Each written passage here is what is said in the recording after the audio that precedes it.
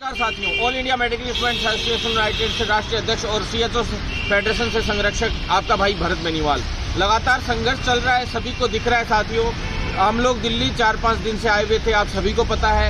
आज last day है दिल्ली का। अभी हम लोग सुबह मंत्री मैडम हैं, भारती प्रवीण पंवार मैडम हैं, उन तक हमने हमारी बातों को और पहुंचाया है। जो चिकित्सा राज्य मंत्री भी और एनएचएम का मंत्रालय पूरा उन्हीं के अंडर में आता है। साथ में रोली सिंह मैडम है या जो मनसुख मांडविया जी हैं केंद्रीय चिकित्सा मंत्री, उन तक भी हमने इन बातों को पहुंचाया था पहले। और साथ में जो है मुख्यमंत्री जी अशोक गहलोत जो दिल्ली आए थे, उन्होंने हमें मिलने का समय दिया था, उनसे भी हमने बात करके पूरी बातों को वहां तक पहुंचाया है। तो ऐसे में साथियों, आप सबसे निवेदन है कि पहले तो सबसे ज़्यादा वीडियोस को ज़्यादा से ज़्यादा शेयर कर दें ताकि सभी साथियों तक ये इन्फॉर्मेशन पहुंच जाए।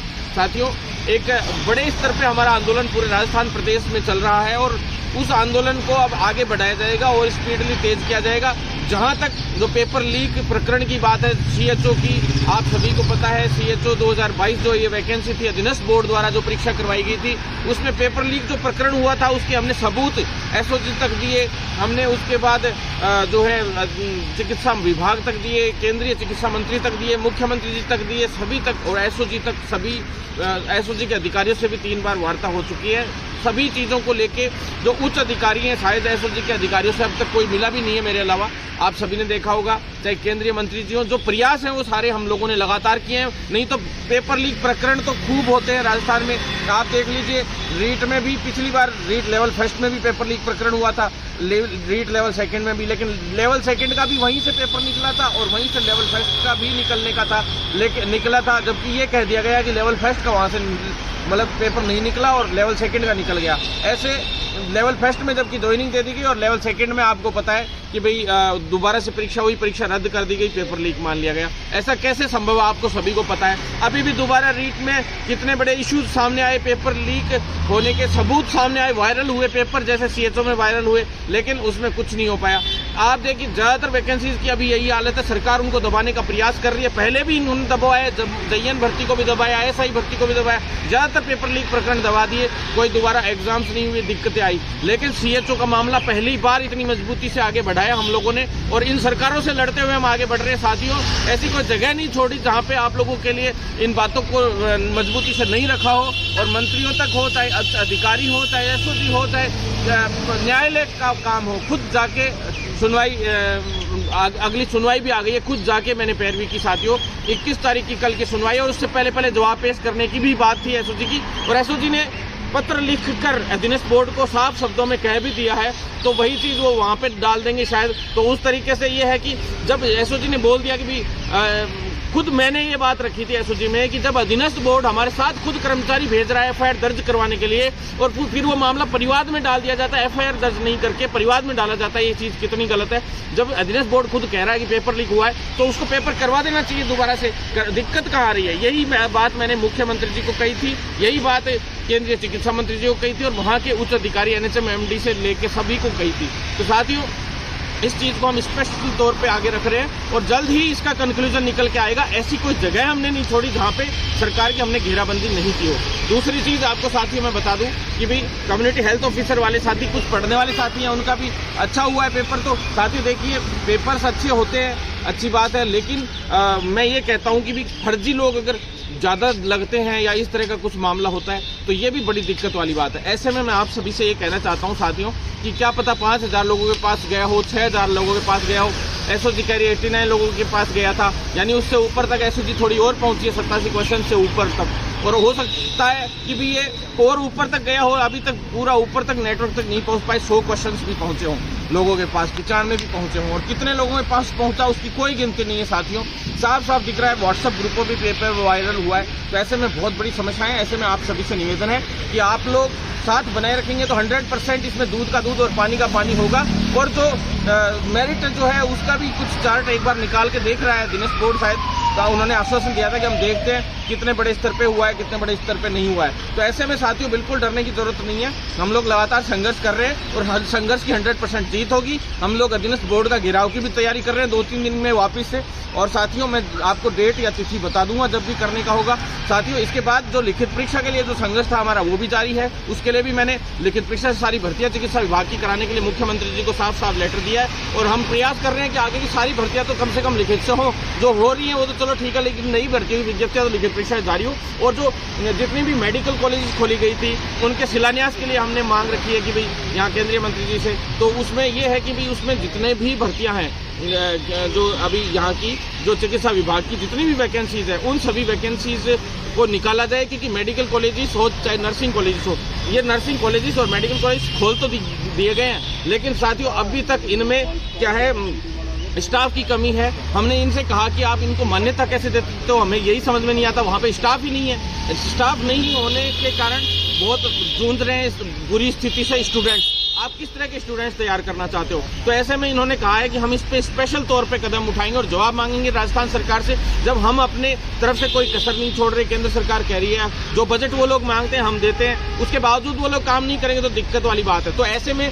ये बात भी हमने रखी और उन्होंने कहा है कि हम नर्सिंग ट्यूटर्स से लेके professor, associate professor, principal, vice principal और चाहे मेडिकल कॉलेज हो चाहे नर्सिंग कॉलेज हो सभी में, और चाहे अदर कॉलेज हो जिनमें केंद्र सरकार का 60 और 40 के हिसाब से जो बजट आ रहा है उसमें हम भी अपनी जो है मजबूती दिखाते हुए उनसे जवाब मांगेंगे। साथ में साथियों कम्युनिटी हेल्थ ऑफिसर्स जितने भी हैं पूरे राजस्थान ही नहीं पूरे इंडिया भर के कम्युनिटी हेल्थ ऑफिसर्स, उनमें से साथी लोग कहते रहते हैं कि भाई जो है इंसेंटिव को मर्ज करवाइए, 40,000 पूरा कंप्लीट एक साथ में करवाइए। साथियों देखिए बिहार वाले साथियों ने भी उस वक्त अपने साथ कमलेश वगैरह ने सभी ने अपने साथ बात की थी उस वक्त, जब आज से 8 महीने पहले मेरे साथ जो साथी लोग आए थे, आशीष वगैरह सभी लोग, जब हम लोग यहाँ से निर्माण भवन से जब लाइव आए थे, तो आप याद कर लीजिएगा, खोल के देख लीजिएगा मेरे पुराने वीडियो, सभी को पता है कि हमने 40,000 इंसेंटिव हटा के, और हमने एक ही बात कही थी यहाँ पे केंद्रीय मंत्री जी को, चाहे मनसुख मांडविया जी हो चाहे भारती प्रवीण मैडम हो, सभी को एक ही बात कही थी कि आप इंसेंटिव की जगह 40,000 पूरा दीजिए, क्योंकि उसमें भ्रष्टाचार होता है इंसेंटिव वाले मामले में।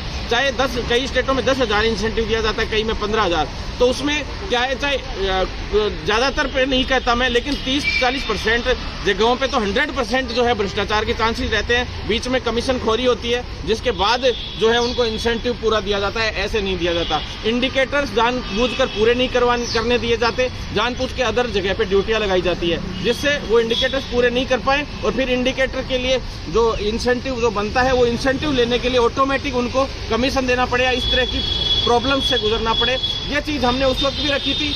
एक दो साथी ने मैसेज भी वायरल कर दिया था अभी कि पूरा इंसेंटिव इसमें मिक्स करने की बात चल रही है, सभी राज्य सरकारों से बात चल रही है। तो मैं आपको बता दूं साथियों, वो मैसेज मेरे ही साथी लोग थे जो मेरे साथ ही थे, उनमें से एक दो साथियों ने वायरल कर दिया था। लेकिन साथियों मैं आपको बता दूं कि अभी ऐसा पूरी तरह से श्योर नहीं हुआ है, प्रयास चल रहा है। ये 1 अप्रैल से जो नया बजट आ रहा है उसी से हम प्रयास कर रहे हैं, लेकिन साथियों उसमें एक बड़ी समस्या है कि 3-4 स्टेटों ने अभी तक भी उसमें जो है सहमति नहीं जताई है, क्योंकि कई जगह पे जो है जो NHM लेवल की जो मेडिकल की टीम्स हैं वो चाहती नहीं है कि भी ऐसा हो, क्योंकि कुछ जगह पे कमीशन खोरियां बंद हो जाती है तो उनको बहुत समस्याएं आती हैं। तो साथियों हमने स्पष्ट शब्दों में इनको बता दिया है, एक तो जो काम है वो बताया है कि भाई कैसे कैसे अदर कामों में ड्यूटियां लगा दी जाती है, वो सारी जो है डाटा आप लोग लिख के रखिया कीजिए कि भाई हर मंथ में आपकी कहाँ कहाँ कैसे कैसे ड्यूटी लगाई जाती है। चलो ठीक है, फॉर्मेलिटी के लिए कुछ एक जगह पे करना पड़ता है काम, कई बार कोई होती है छोटी मोटी, उसमें तो डॉक्टर्स की भी लगती है, चाहे IAS लेवल के लोगों की भी लगती है ड्यूटीज,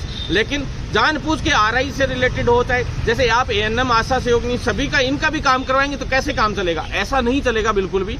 इसलिए हमने मंत्री जी को साफ स्पष्ट शब्दों में कह दिया कि आप जो टेली कंसल्टेशन जितना चाहते हैं वो इसीलिए नहीं आ पा रहा है क्योंकि ये लोग ना सुविधाएं दे पा रहे हैं। लैपटॉप का टेंडर चौथी बार निरस्त हो गया है, मैंने कहा था चौथी बार निरस्त होने का ऑर्डर जारी हो जाएगा 3-4 दिन में, और वो हो गया साथियों, आपने देखा हो राजस्थान में। और ये जो है आप हथियार ही नहीं देंगे एक तरीके से लड़ने के लिए CHO को, एक तरीके से वो काम करने के लिए, टेली कंसल्टेशंस के लिए, अपनी जो अच्छी सर्विस देने के लिए, तो वो काम कहाँ से कर पाएंगे? ऐसा हमने मंत्री जी को साफ शब्दों में बताया हमने, चाहे भारती मैडम हो चाहे उन साथ में साथियों जो कैडर निर्माण की बात है, आपको पता है स्थायीकरण का इशू चल रहा है। स्थायीकरण के लिए हमने यहाँ से पत्र लिखवाया था, आपको पता है मैं साइकिल यात्रा लेके आया था, उससे पहले भी मैंने लगातार मैं मिल रहा था स्थायीकरण के लिए। तो हमने कहा कि केंद्र सरकार जब तक राज्य सरकारों को इंस्ट्रक्शन नहीं देगी तब तक राज्य सरकार सरकारें जो है स्थायीकरण के लिए फाइलें नहीं चलाई, क्योंकि किसी भी राज्य में उस वक्त फाइलें नहीं चली थी। हाँ, हरियाणा में जरूर चली थी, वो भी दुष्यंत चौटाला जी एज ए मेरे फ्रेंड की तरह भी, भाई की तरह भी, और वहाँ के उप मुख्यमंत्री भी हरियाणा के,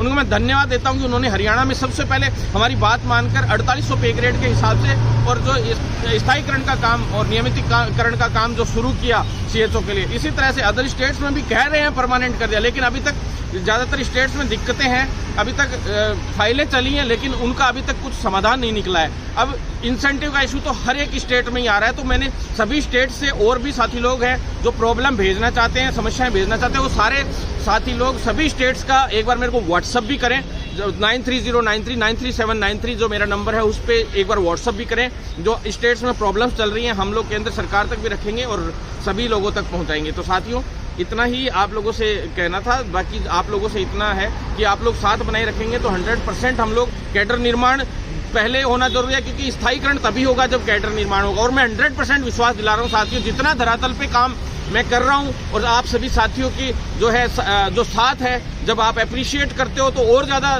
काम करने का मन करता है। मैंने जो मुद्दा लिया आज तक उसको पूरा करके छोड़ा है। मैं आपको विश्वास दिला रहा हूं साथियों, जितने भी राजस्थान के चाहे मेडिकल कॉलेजेस हो, उनमें जो अस्पताल 430 बेड के हॉस्पिटल खोले गए, उनके स्टाफ की बात हो, कॉलेजेस की हो, सभी में हम लोग भर्तियां भी निकलवाएंगे, सारी लिखित परीक्षा से भी अब करवा कर छोड़ेंगे। ये हमने अभियान जब बीड़ा उठा लिया तो 100% इस मामले को निपटा कर छोड़ेंगे। सभी साथियों से इतना ही कहना चाहता हूँ, इनकलाब जिंदाबाद के साथ की वीडियो ज़्यादा से ज़्यादा शेयर करें, फॉलो भी ज़्यादा से ज़्यादा करें, ताकि हम लोगों को भी अप्रिशिएशन मिलता है। हम लोग भी कोशिश करते हैं कि आप लोगों की हर एक मांग पूरी हो, और इस आंदोलन को बड़े रूप में हम लोग राजस्थान लेवल पे अभी खड़ा कर रहे हैं। फिर उसके बाद अगर केंद्र से रिलेटेड भी कोई मांगे होंगी तो उनसे रिलेटेड भी हम लोग इश्यूज को उठाएंगे। 80-20 के इशू में लगातार जो है साथियों, आप लोगों ने देखा होगा न्यायालय के स्तर पे हो, 4 उच्च न्यायालयों में और सुप्रीम कोर्ट में हमने केस लगा दिया था और अच्छे से चल रहा है, पॉजिटिव चल रहा है काफी हद तक। अभी 4 उच्च न्यायालयों में भी हमने केस लगाए, साथ में मंत्री जी को भी बताया। और राजनीतिक जो केंद्रीय मंत्री हैं, जो राजनीतिक शक्ति अपनी दिखा सकते हैं थोड़ी बहुत, उस इच्छा शक्ति के अनुसार जो है जल्द से जल्द इस पर कुछ ना कुछ डिसीजन करवाएंगे। सीआईबी की एक बैठक हो चुकी है, एक सीआईबी की बैठक और होनी है, उसमें हो सकता है इस एजेंडे को मुख्य रूप से रखवाकर इसका समाधान करवाएंगे, क्योंकि समानता का अधिकार है, 50-50 सभी को मिलना चाहिए। एडमिशंस में भी इसी तरह का प्रोसेस करना चाहिए, करना है तो, नहीं तो फिर इस तरह से अन्याय किसी के साथ होना नहीं चाहिए। धन्यवाद साथियों।